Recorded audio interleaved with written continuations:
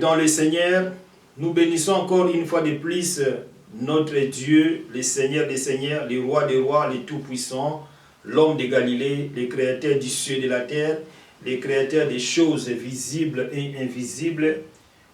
Nous allons être infiniment reconnaissants auprès de notre grand Dieu pour la grâce qu'il nous a accordée d'être encore présent et compté parmi les vivants.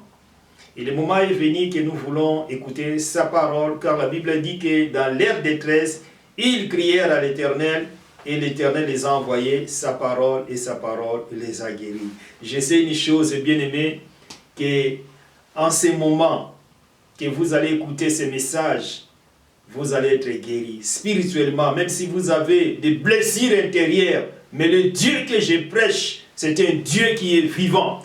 Il était mort et la Bible déclare que le troisième jour, il était ressuscité. Son nom c'est Jésus-Christ de Nazareth. Donc c'est-à-dire que même si ton problème était mort, mais étant venu, étant donné que tu es en train d'écouter ce message, bien aimé dans le Seigneur, ton problème sera ressuscité, ton problème sera résolu par la grâce du Seigneur Jésus-Christ que je prêche, parce qu'il est vivant. Et s'il n'était pas vivant, s'il était mort jusqu'à présent, bien aimé, je ne pouvais même pas oser de parler à son nom. Je ne pouvais même pas prêcher à son nom. Mais si j'ai le courage de prêcher à son nom, c'est parce que je crois qu'il est vivant.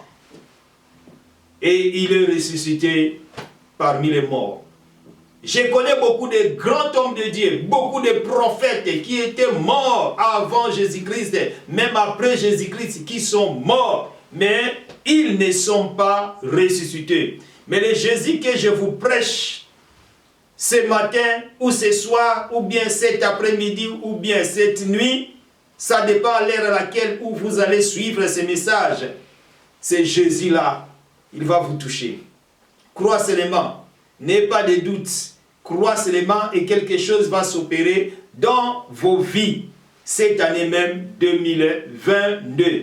Je sais que 2022, comme je vous avais expliqué dans mon page Facebook, si vous additionnez 2 plus 0, ça nous donne 2.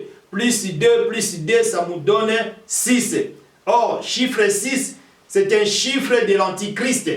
L'Antichrist va beaucoup régner. Il va persécuter beaucoup de personnes. Il va même égorger, il va même tuer, voire même les élus du Seigneur. Mais ce même chiffre a une autre signification, c'est le chiffre d'homme. C'est-à-dire l'homme doit régner. Malgré que l'Antichrist est là, mais si tu vas s'attacher en Jésus-Christ, si tu vas vraiment t'attacher en Jésus-Christ, bien aimé, ça sera ton temps, ça sera ton année de succès, de réussite. Tu seras élevé, tu seras prospère au nom de Jésus-Christ. Je prophétise sur la vie d'une personne qui me suit en ce moment, que ta vie ne va jamais rester la même. Tout va changer dans ta vie. Vouloir ou pas, Jésus-Christ est ressuscité et ta vie va changer. Dites Amen, Amen, Amen. Ok, bien aimé, avant de prier, je vous demanderai de partager ce message. Je vous demanderai par la grâce de Dieu, s'il vous plaît, de vous abonner si vous n'êtes pas encore abonné. Et si vous allez partager ce message à 10 personnes, vous allez recevoir aussi la bénédiction de 10 personnes. Si vous allez partager ce message à 20 personnes, 50 personnes, vous allez recevoir aussi la bénédiction de 20 ou de 50 personnes. Alors partagez, s'il vous plaît, bien-aimés dans le Seigneur, car tu vas régner en cette année 2022. Fermons nos yeux et prions. Dieu Tout-Puissant, Dieu des miracles, l'incomparable, l'alpha, l'oméga, Jéhovah Rapha, Jéhovah Jireh, tendre Père, nous voulons te recommander ces moments favorables entre tes belles saintes mains. Seigneur, nous voulons que tu nous parles, Seigneur. Qui suis-je encore pour se mettre debout devant ton peuple pour leur parler de ta part? Je suis qu'un simple instrument que tu as choisi dès les seins de ma mère. Et laisse que la parole que je vais transmettre en ces moments puisse transmettre la vie, la résurrection, la bénédiction, la prospérité et la vie éternelle à tout enfant de Dieu qui va écouter ces messages. Et bénis aussi mon frère et ma sœur qui va partager ces messages. Bénis aussi mon frère et ma sœur qui va s'abonner dans notre chaîne des Copéliques TV, c'est pour la gloire de ton Saint-Nom Jésus. Que ton nom soit glorifié. Bénis aussi notre frère Francisco Eliezer qui est en train de nous filmer pour que le monde entier puisse écouter ce message, qu'il soit fortement béni. Par le nom de Jésus-Christ, nous avons ainsi prié. Amen. Mes bien-aimés dans le Seigneur, nous allons continuer notre enseignement qui est intitulé sur les mystères de l'aigle. Nous avons commencé notre enseignement et nous allons continuer petit à petit jusqu'à ce que nous allons clore notre enseignement. Amen, amen, amen, mes bien-aimés dans le Seigneur. Bien-aimés dans le Seigneur, nous allons continuer notre enseignement. Aujourd'hui, je vais développer un sous-thème qui est intitulé sur comment l'aigle il ponde. Comment l'aigle elle ponde. Parce que c'est l'aigle femelle. Et je vous avais expliqué dans des volumes précédents. Et par la grâce de Dieu, aujourd'hui, je vais peut-être clôturer ce sous-thème et pour enchaîner dans l'autre thème. Sous-thème. Alors, bien aimé, je vous avais expliqué que l'aigle femelle, quand elle va pondre l'aigle, et l'aiglon plutôt, dans sa naissance, pendant sa naissance, quand il va commencer à grandir petit à petit, elle va avoir une tache noire. Et en grandissant, quand l'aigle femelle va voir que la petite aiglon a déjà cette tache noire, elle va comprendre que le moment est venu de commencer à montrer à l'aigle ou l'aiglon comment voler. Et qu'est-ce qu'elle va faire? Elle va commencer à prendre l'aiglon et elle va le poser au-dessus de son dos. Elle va monter, monter, monter en haut et après, elle va lâcher l'aiglon. L'aiglon va commencer à survoler, à se débrouiller, à faire par tous les moyens pour ne pas tomber par terre, sinon il va mourir. Et l'aigle femelle, elle sera là en train de regarder l'aiglon. Et quand elle va voir que l'aiglon, dans moins de quelques mètres, elle peut tomber par terre. Et pour protéger l'aiglon, l'aigle femelle, elle va venir en dessous de l'aiglon. Elle va mettre l'aiglon au-dessus de son dos et elle va monter encore en haut, en haut, en haut. Elle va encore lâcher l'aiglon.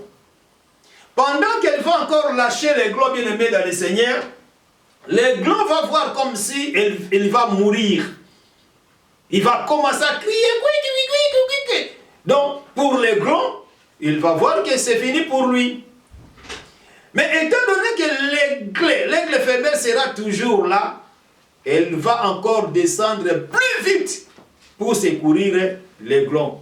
Ainsi de suite, jusqu'à ce que l'aiglon va commencer à voler toute seule et l'aigle femelle va laisser alors l'aiglon, parce qu'il ne sera plus aiglon, il sera peut-être adolescent, il va commencer à voler seul. Je vous avais expliqué que la Bible nous dit qu'aucune tentation ne peut venir dans nos vies qui va dépasser notre foi.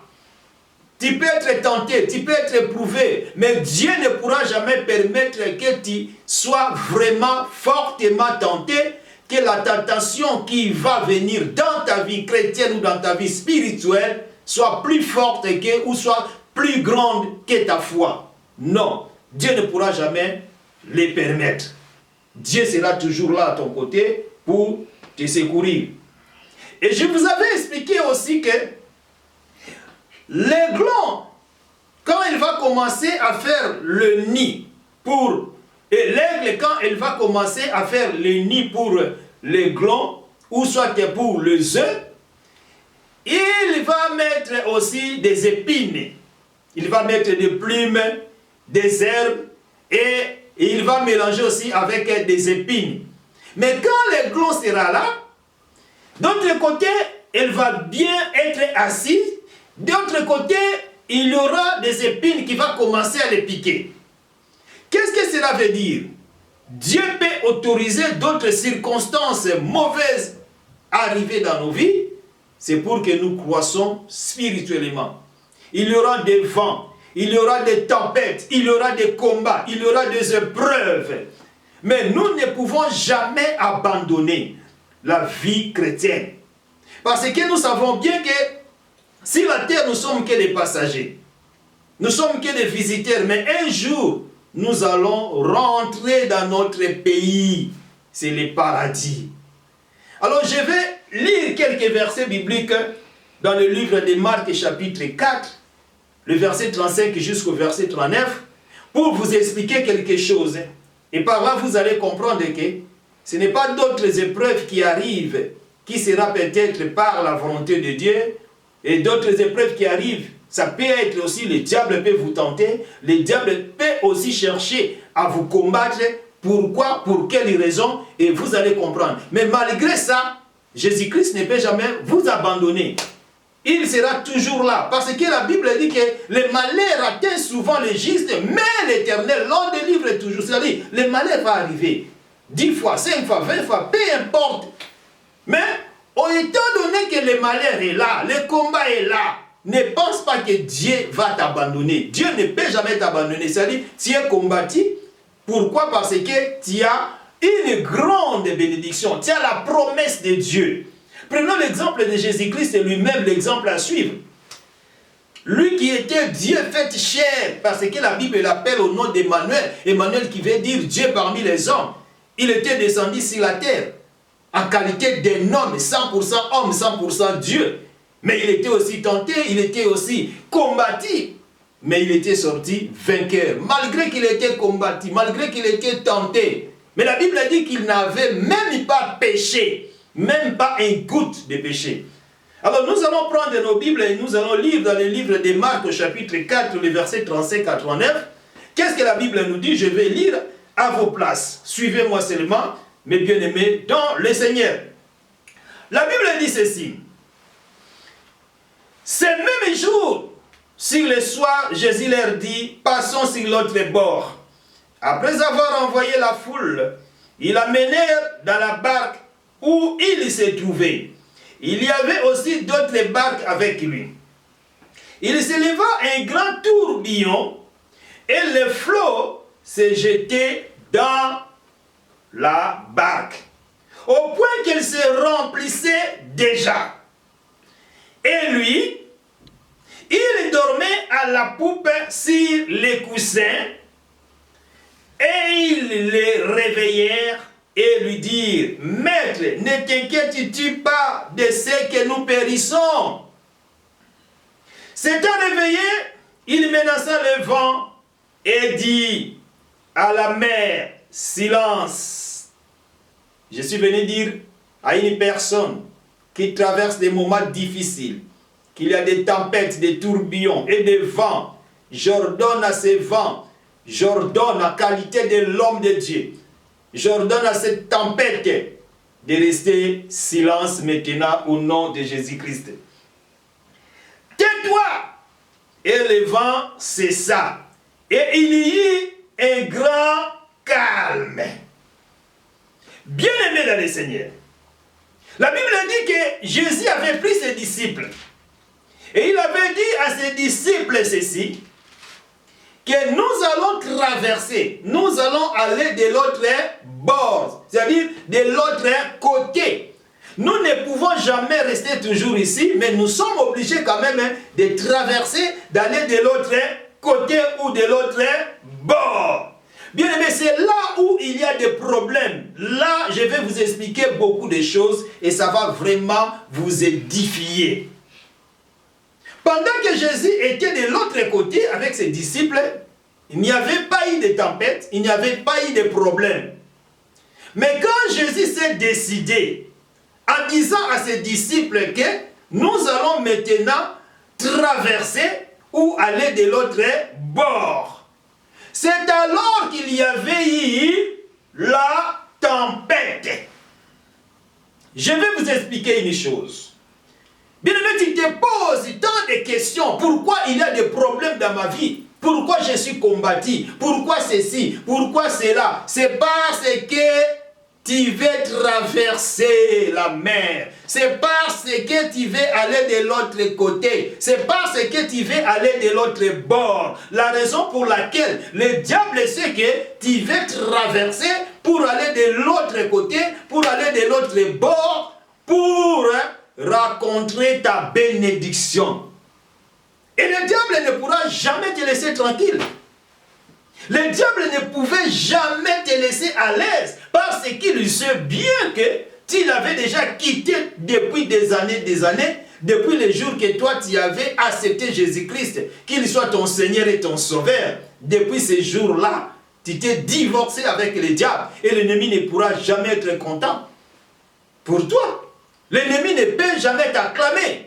Et la raison pour laquelle, bien-aimé dans le Seigneur, quand Jésus a dit à ses disciples que nous allons traverser de l'autre bord, et ils ont pris la barque pour traverser de l'autre bord, la Bible va nous dire ceci, qu'il s'éleva un grand tourbillon et les flots se jetaient dans la barque au point qu'elle se remplissait déjà. Bien aimé, malgré qu'il y avait le tourbillon, malgré qu'il y avait eu des vents, mais les disciples, avec Jésus-Christ, ils ne pouvaient pas dire que non, tellement qu'il y a les tourbillons, tellement qu'il y a la tempête, tellement qu'il y a le vent, nous ne pouvons plus continuer, mais nous allons reculer. Non! Ils avaient continué toujours leur route, ils avaient continué toujours leur voyage. C'est-à-dire, bien-aimé dans le Seigneur, Dieu t'a appelé dans son ministère. Dieu t'a appelé en qualité de chrétien, intercesseur, protocolaire, gagneur d'âme, apôtre, prophète, docteur, évangéliste. Bien-aimé, tu ne peux jamais reculer en arrière. Malgré les combats, malgré des problèmes, tu dois toujours avancer, tu dois toujours affronter les problèmes. C'est pour cela, l'aigle, dans le nid de l'aiglon, il avait mis aussi des épines. C'est-à-dire, les épines, ce sont les épreuves que nous rencontrons dans nos vies. Personne ne peut dire qu'il n'a pas de problème. Personne ne peut dire que dans sa vie, il n'a jamais rencontré des épreuves. Alors, si tu n'as jamais rencontré des épreuves dans ta vie, tu dois te poser des questions. Pourquoi tu n'as jamais rencontré des épreuves? Or, la Bible dit dans Matthieu chapitre 5, si vous lisez à partir du verset 5 jusqu'au verset 12, comme ça, la Bible dit que « Heureux serez-vous parce que vous êtes persécutés ou outragés à cause de mon nom. » Parce que les prophètes qui étaient avant nous, ils étaient aussi persécutés et outragés. Et la Bible continue encore de nous révéler quelque chose en disant que parce que votre récompense sera grande dans les cieux. Alléluia. Et la raison pour laquelle, bien-aimé, tu vas accepter d'affronter les tourbillons. Tu dois accepter d'affronter aussi le vent. Tu ne peux jamais reculer en arrière. Il faut avancer, il faut avancer, il faut affronter les problèmes, les tourbillons. Écoute-moi, la Bible dit, il s'éleva un grand tourbillon et le flot se jetait dans la barque au point qu'elle se remplissait déjà. Bien aimé, malgré qu'il y avait eu les tourbillons, malgré qu'il y avait eu le flot, et malgré qu'elle se jetait dans la barque, mais les disciples avec le grand maître Jésus-Christ, le roi des rois, le Seigneur, ne pouvaient pas mourir. Parce que Jésus-Christ est au-dessus de toutes choses. Bien aimé, je n'ai pas vraiment le temps de tout détailler, mais je vais vous dire une chose. La Bible dit que Jésus dormait. Et lui, il dormait à la poupe sur les coussins. Ils le réveillèrent et lui dirent, Maître, ne t'inquiètes-tu pas de ce que nous périssons? Un Dieu qui ne dort jamais. Mais la Bible dit ici que Jésus dormait. Or, en réalité, Jésus n'était pas en train de dormir. Jésus voulait seulement voir si réellement ses disciples savaient son autorité, s'ils pouvaient connaître que Jésus avait l'autorité de calmer le vent. La raison pour laquelle que Jésus avait fait semblant. Il y a des fois, Dieu fait comme ici, il n'est plus avec nous. Il y a des fois, Dieu peut faire comme ici, il est en vacances. Mais or, notre Dieu ne peut jamais aller en vacances. Il est toujours avec nous 24 heures sur 24 heures, du lundi au dimanche. Alors, qu'est-ce qui va arriver? Ils vont faire réveiller Jésus-Christ en disant, Maître, Maître, mais ne t'inquiète pas, tu ne vois pas que nous allons mourir. Lisez bien ces versets. Hein? La Bible dit, Maître, ne t'inquiètes-tu pas de ce que nous périssons, de ce que nous périssons. Tu ne vois pas que nous allons mourir. Hein? Maître. Bien-aimé, la Bible dit que Jésus avait ordonné à ces tourbillons. Il a étendu sa main en disant, silence, tais-toi. Et les tourbillons étaient arrêtés, le vent était arrêté. Bien-aimé, comme je vous ai expliqué tout à l'heure, je n'ai pas vraiment le temps de tout détailler. Je n'ai pas le temps d'entrer vraiment en profondeur de ces messages. Mais qu'est-ce que je voulais seulement expliquer? Que pourquoi il y avait les tourbillons? Pourquoi il y avait le vent?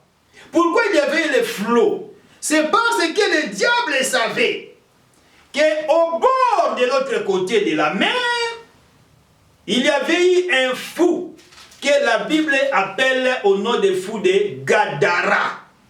Ça, vous pouvez le lire toujours dans ce même livre de Marc chapitre 5 et vous commencez à partir du verset 1er. Vous allez comprendre. Le diable savait que le fou de Gadara était emprisonné. Le fou de Gadara devait rester toujours emprisonné. Il ne pouvait jamais être libéré. Et la raison pour laquelle le diable voulait que ces fous puissent rester toujours emprisonnés. Et il savait que si Jésus avec ses disciples vont traverser pour arriver de l'autre bord, alors le fou de Gadara va sortir de la prison, le fou de Gadara sera délivré. Et la raison pour laquelle le diable avait envoyé les tourbillons, il avait envoyé le vent, il avait envoyé le flot pour empêcher le voyage de Jésus avec ses disciples. C'est-à-dire, bien-aimé, tu traverses des moments difficiles, il y a des combats, il y a des tourbillons dans ta vie, il y a des épreuves, il y a des crises financières, des crises spirituelles, il y a tant de problèmes. Comme les Français disent, le malheur ne vient jamais seul. C'est le moment où tu es en train de traverser. Tu essaies de sortir dans l'autre problème va surgir. Tu essaies de trouver la solution, l'autre problème va surgir. C'est parce que, bien aimé dans le Seigneur, le diable sait que tu as vraiment une grande bénédiction devant toi. C'est parce que le diable sait qu'à travers toi, ta famille sera délivrée. C'est parce que le diable sait que tu es millionnaire, tu es même multimilliardaire et il ne va jamais te laisser libre. Il va toujours te coincer. Le diable va te coincer pour que tu sois bloqué, pour que tu ne puisses pas attraper ta bénédiction, pour que la promesse que Dieu avait promis en toi ou sur toi ne puisse pas se réaliser. Et par après, tu vas commencer à insulter le nom de Jésus-Christ et tu vas retourner au monde. C'est pour cela le diable, comme il sait le futur, il connaît bien ton futur, il va t'empêcher. Mais malgré qu'il y avait les tourbillons, malgré qu'il y avait le flot, le vent, mais les disciples de Jésus-Christ, avec Jésus-Christ lui-même, notre maître, notre Seigneur, ils ne nous avaient pas dit que non, on va retourner. Parce que ce voyage, vraiment il y a des combats. Mais ils avaient continué toujours à avancer. C'est-à-dire, bien aimé, malgré que tu as des combats, malgré que tu as des problèmes, mais tu dois toujours avancer. Tu dois toujours avancer. Et c'est-à-dire quoi? L'aigle avait mis ou il met des épines dans les nids de son petit aiglon. Nous allons lire encore un verset biblique dans le livre des Galates au chapitre 4 et nous allons lire le premier verset. Qu'est-ce que la Bible nous dit dans le livre des Galates au chapitre 4 et le verset 1er, nous allons lire et nous allons comprendre encore quelque chose pour nous édifier. C'est-à-dire, bien-aimé, malgré que tu as des problèmes, malgré que tu es combattu, mais tu dois toujours affronter les problèmes. Tu ne peux jamais reculer en arrière. Tu dois toujours avancer comme les disciples avec Jésus-Christ. Ils avaient continué leur voyage. Ils n'avaient pas dit que maintenant, comme il y a le vent ou le tourbillon, alors nous ne pouvons même pas avancer, nous allons retourner. Non, ils avaient continué leur voyage. C'est pour cela, bien-aimés, nous allons lire aussi ce verset qui va encore nous édifier. Et la parole que nous écoutons, bien-aimés dans le Seigneur, nous devons la mettre aussi en pratique. Ce verset, je vous avais donné dans les volumes précédents. La Bible dit dans Galates 4, verset 1er, « Or, aussi longtemps que l'héritier est enfant, je dis qu'il ne diffère en rien d'un esclave, quoi qu'il soit le maître de tout. » C'est-à-dire, pour que tu sois béni dans l'œuvre de Dieu, et tant que chrétien, tu dois d'abord grandir. La Bible dit ici qu'aussi longtemps que l'héritier est enfant, aussi longtemps que tu es encore enfant, tu es encore bébé spirituel, comme l'apôtre Paul nous dit, que je vous avais donné du lait. Pourquoi ils avaient donné du lait? Parce qu'ils étaient encore des bébés spirituels. Donc aussi longtemps que tu es encore enfant dans les choses de Dieu, bien-aimé, tu ne pourras jamais être béni. Pourquoi? Dieu va comprendre que tu es encore un petit enfant. Il va d'abord attendre jusqu'à ce que tu vas grandir. Je vais lire un verset et par après je vais expliquer. Dans 1 Corinthiens chapitre 10 au verset 13. La Bible dit ceci dans 1 Corinthiens 10 verset 13. Qu'aucune tentation ne vous est survenue qui n'ait été humaine, et Dieu qui est fidèle ne permettra pas que vous soyez tentés au-delà de vos forces, mais avec la tentation, il préparera aussi les moyens d'en sortir afin que vous puissiez la supporter. C'est-à-dire, Dieu ne pourra jamais permettre qu'une tentation puisse venir dans nos vies qui sera au-dessus de nos foi. Non. Mais la Bible dit qu'il va toujours nous donner les moyens pour s'en sortir. Alors, bien-aimé, c'est-à-dire que l'aigle, il va mettre aussi des épines dans les nids de son aiglon. C'est-à-dire les épines, ce sont les épreuves. Tu dois accepter aussi les épreuves pour que tu puisses grandir spirituellement. Les épreuves que tu vois là, c'est pour ton bien. Dieu veut te bénir, mais jamais il va te bénir comme ça. D'abord, il va permettre que les épreuves viennent dans ta vie pour que tu puisses grandir après toutes ces épreuves. Il viendra alors pour te bénir. Ne te décourage pas pendant les épreuves. C'est-à-dire, si tu es éprouvé, tu as des épreuves, bien-aimé, ne te décourage pas. Ça annonce une bonne nouvelle. Ça annonce que la bénédiction va bientôt arriver. Alors, mes bien-aimés dans le Seigneur, pour ces volumes, nous allons nous arrêter là et nous allons continuer la volume précédente. Fermons nos yeux et prions.